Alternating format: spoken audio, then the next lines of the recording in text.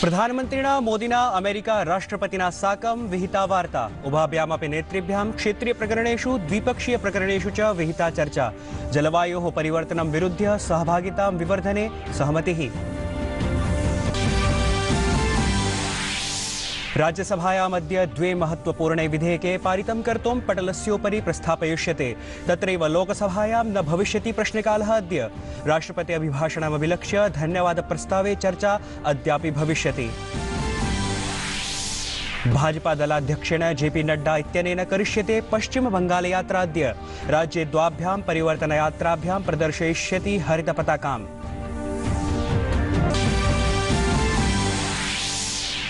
उत्तराखण्डे युद्धस्तरे साहाय्योद्धारकार्याणि अनवरतं प्रचल्यमानानि सन्ति। अस्यां विभीषिकायां हुतिङ्गतानां जनानां संख्या 26 जाता। 97,100 जनाः विलुप्ताः सूच्यन्ते।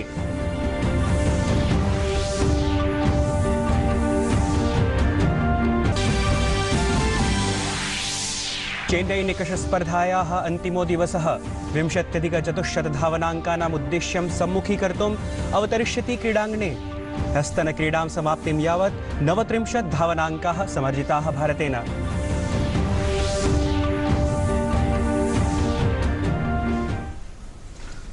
अभिवादये, अहमस्मि नीतीश भारद्वाजः। अत्र भवतीनां च स्वागतं डीडी न्यूज़ वार्ता प्रसारणेऽस्मिन्। अथ वार्ताः विस्तरेण। प्रधानमन्त्रिणा मोदिना अमेरिकीय राष्ट्रपतिना जो बाइडन इत्यनेन साकं दूरभाषयन्त्रेण वार्ताः विहिताः। अपि च तस्य सफलतायै शुभकामनाः वितरिताः। प्रधानमन्त्रिणा ट्वीटालेखे व्यलेखयत् जो बाइडनेन सह वार्ता विहिता, सफलतायै शुभकामनाश्च प्रदत्ताः। आवाभ्यां क्षेत्रीय प्रकरणेषु सहकार्य प्राथमिकतासु च चर्चा विहिता। आवाभ्यां जलवायोः परिवर्तनं विरुध्य स्वीय सहयोग विवर्धने सहमतिरपि प्रकटिता। राष्ट्रपतिः जो बाइडनः अहं च एकायै नियमाधारितान्तरराष्ट्रीय व्यवस्थायै प्रतिबद्धो स्वः। वयं भारत प्रशांत क्षेत्रस्य शांति सुरक्षायै स्वीय रणनीतिक सहभागितां सुदृढीकर्तुं तत्पराः स्मः। भाजपा दलाध्यक्षः अद्य एकदिवसीय यात्रायां पुनः पश्चिम बंगालं गमिष्यति। स्वीय यात्रावधौ जयप्रकाश नड्डा राज्ये द्वाभ्यां परिवर्तनयात्राभ्यां हरितपताकां प्रदर्शयिष्यति। एतदतिरिच्य भाजपा दलाध्यक्षेण झारग्रामे जनसभैका सम्बोधयिष्यते। अनेन तारापीठमन्दिरे पूजार्चनामपि करिष्यति। गतदिवसेषु एव फरवरी मासस्य 6 दिनाङ्के पश्चिमबंगालयात्रावधौ भाजपा दलाध्यक्षेण परिवर्तनयात्रायाः आरम्भो विहितः आसीत्। गुरुवासरे गृहमन्त्रिणा अमितशाहेन राज्ये कूचबिहारतः दलस्य परिवर्तनयात्रायां हरितपताकां प्रदर्शयिष्यते। संसदः आयव्ययपत्रकं चर्चायामश्चेत् अद्य राज्यसभायां महत्वपूर्ण विधेयकद्वयं पारितकरणाय सदनस्य मुखपृष्ठस्योपरि स्थापयितुं शक्यते। इमे विधेयके स्तः राष्ट्रीय राजधानी क्षेत्रं दिल्लीविधम्। विशेषप्रावधानः अपरं विधेयकं संशोधनं 20,120 एवं च प्रमुख नौकाश्रय प्राधिकरण विधेयकं 2020 श्वः राज्यसभायाम् अभिभाषणमभिलक्ष्य विहित चर्चायाः प्रधानमन्त्रिणा नरेन्द्र मोदिना प्रत्युत्तरं दत्तम्। सममेव अन्य महत्वपूर्ण विधायि कार्याणाम् एकं विधेयकमपि उच्चसदनात् पारितं गतम्।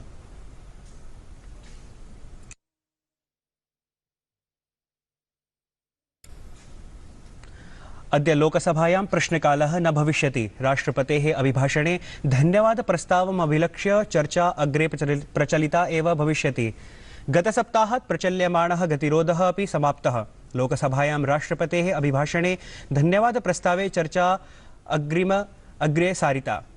चर्चायां सत्तापक्षसदस्याः विपक्षसदस्याः च भागं गृहीतवन्तः। उत्तराखण्डे हिमखण्डस्य स्फोटकारणात् आगता त्रासद्यां मृतजनानां संख्या 26 पर्यन्तम् अवाप्तम्। येषु मात्र 2 शवयोः अभिज्ञानम् इदानीं पर्यन्तं न अभवत्। घटनायां 97,100 जनाः विलुप्ताः। सुरङ्गे जनानां संसक्तस्य सम्भावनास्ति। एतस्मिन्नेव 6 जनाः क्षतिग्रस्ताः। विद्युत् विभागानुसारं 13 ग्रामे विद्युत् व्यवस्था प्रभाविता अभवत्, यस्मिन् 11 विद्युतापूर्तिं सुनिश्चितं कृतम्।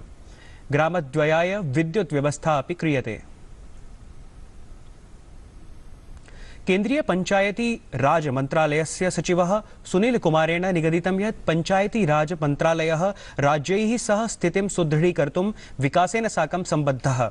परियोजनाः ग्रामं ग्रामं प्रति प्रपालयितुं कार्यं करोति, यतो हि पंचायती राजेन एव ग्रामाणां समग्र विकासः भवेत्। जो पंचायती राज संस्थाएं हैं उनको हम लोग कैसे मजबूत करें, उनकी कैसे कैपेसिटी बिल्डिंग की जाए। जो 31 लाख चयनित ग्राम पंचायत प्रतिनिधि पूरे देश भर में हैं, जिसमें आपके करीब 46% महिला जनप्रतिनिधि हैं, चयनित प्रतिनिधि हैं। उनकी कैपेसिटी बिल्डिंग कैसे की जाए और उनको ग्राम के विकास में, गांव के सर्वांगीण विकास में उन्हें कैसे सहयोग लेते हुए, सभी का सहयोग लेते हुए उनको शामिल किया जाए, ये हमारे सामने मुख्य चुनौती है। और इसको करने के लिए पंचायती राज मंत्रालय राज्य सरकारों के साथ निरंतर काम करती है। सुनील कुमारेण आय व्यय पत्रके पंचायती राज मन्त्रालयाय प्रावधानेषु वार्ता कृता यत् अस्मिन् आय व्यय पत्रके मन्त्रालयाय 43.13 कोटि रूप्यकाणां प्रावधानं कृतमस्ति। गतवर्षस्य अपेक्षया 32% अधिकमस्ति। अस्मिन् नूतना योजना स्वामित्व इत्याय 200 कोटिः रूप्यकाणां प्रावधानमस्ति। हमारा जो बजट है वो 913.43 करोड़ का इस साल मंत्रालय का रखा गया है। जो पिछले साल के या करंट ईयर का जो आपका 20-21 जो चल रहा है, इसके जो पुनरीक्षित अनुमान है, रिवाइज्ड एस्टिमेट्स हैं, उसकी तुलना में लगभग 32% ये ज़्यादा है। करंट ईयर में हम लोगों का बजट आरई में ये 690 करोड़ कर दिया गया है। और ये जो 913 करोड़ अगले साल जो व्यवस्था की जा रही है, इसमें 200 करोड़ ये नई स्कीम स्वामित्व के लिए इसकी व्यवस्था की गई है। जलशक्ति मंत्रालयः ग्रामेषु जलस्य गुणवत्तायाः अन्वेषणाय पोर्टेबल डिवाइजन सुवहनीय इति विकसितकरणाय कार्यं करोति। मन्त्रालयम् अतिरिच्य सचिवः जलजीव मिशन निदेशकः भरतलालः च उक्तवन्तौ यत् ग्रामेषु जलस्यापूर्तिं मापन अवलोकनाय च संवेदनशीलाधारितम् एकं यन्त्रं विकसितं क्रियते, यतः जलस्य गुणवत्तायाः गृहादेव अन्वेषणं कर्तुं शक्यते।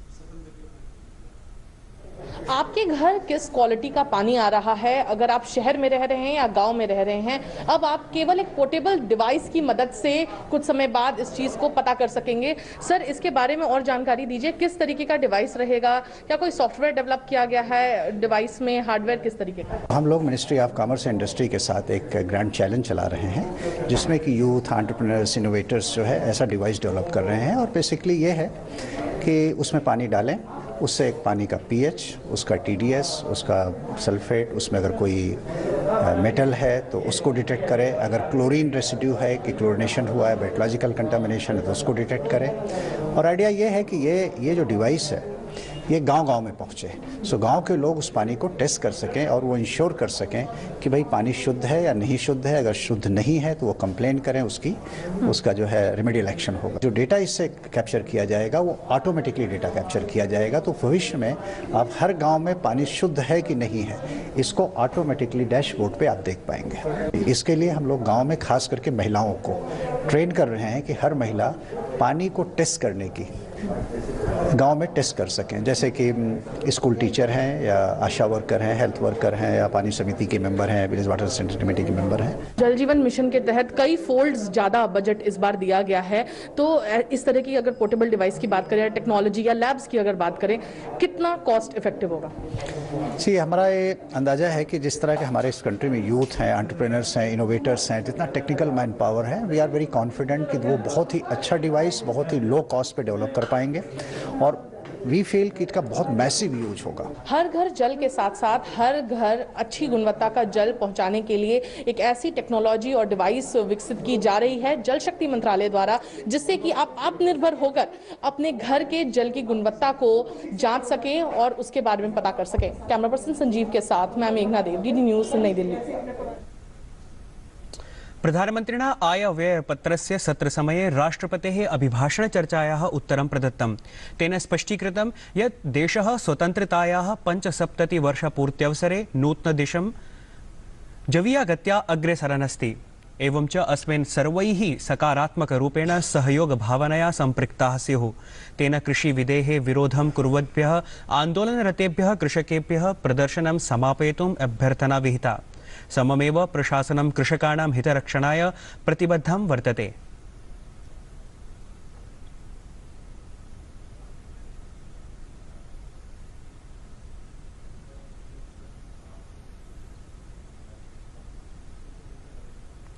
प्रधानमन्त्रिणा कथितं यत् देशे यथा बुद्धिजीविनः सन्ति तथैव आन्दोलनजीविनः अपि सन्ति, ये च पदे पदे अपदिशन्तः सन् आन्दोलनं कर्तुं प्रेरयन्ति।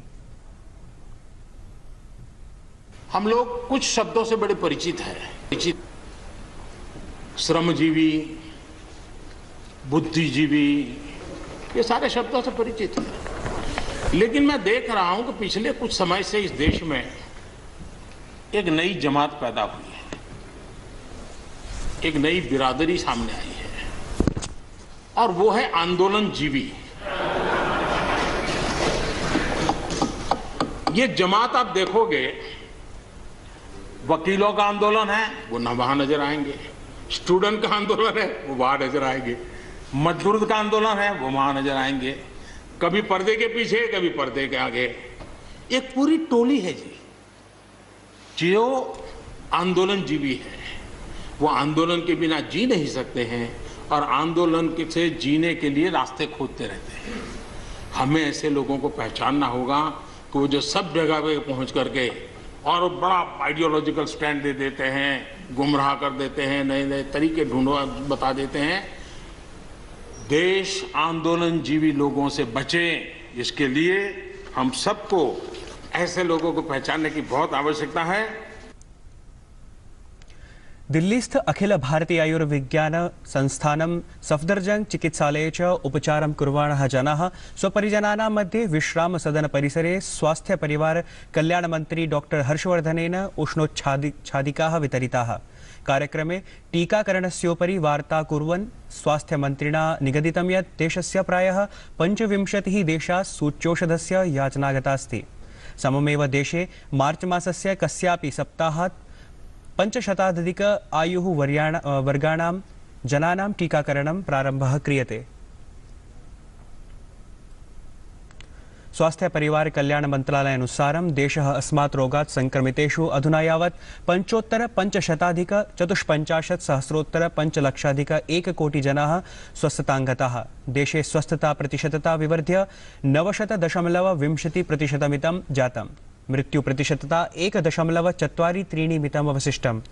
गत 24 होरासु 4,911 जनाः रोगान्मुक्ताः।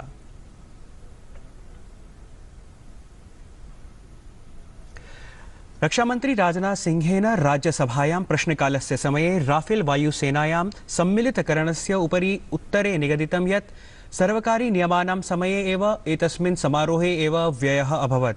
प्रश्नकालस्य समये एतेन सेनायाः प्रशंसापि कृता यत् अस्माकं सेनया अधुना पाकिस्तानस्य निकृष्टकृत्यान् सीमापर्यन्तमेव सीमितकृतम्। रक्षाक्षेत्रेऽपि निजीकरणस्योपरि बलाघातं ददति।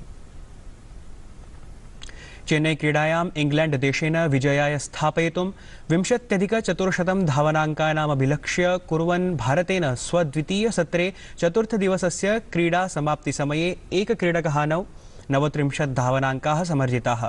तृतीयसत्रे एकमात्र रोहित शर्मणः रूपेण एव अपतत्, तदा जैक लीचेन बोल्ड इति कृतम्।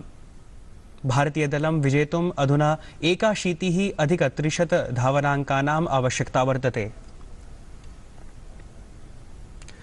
वार्ता संस्करणमेतत् सम्पद्यते। अधुना अभिनववार्ताभिः सह पुनरुपस्थास्यामः। भूयात् तावत् मङ्गलम्।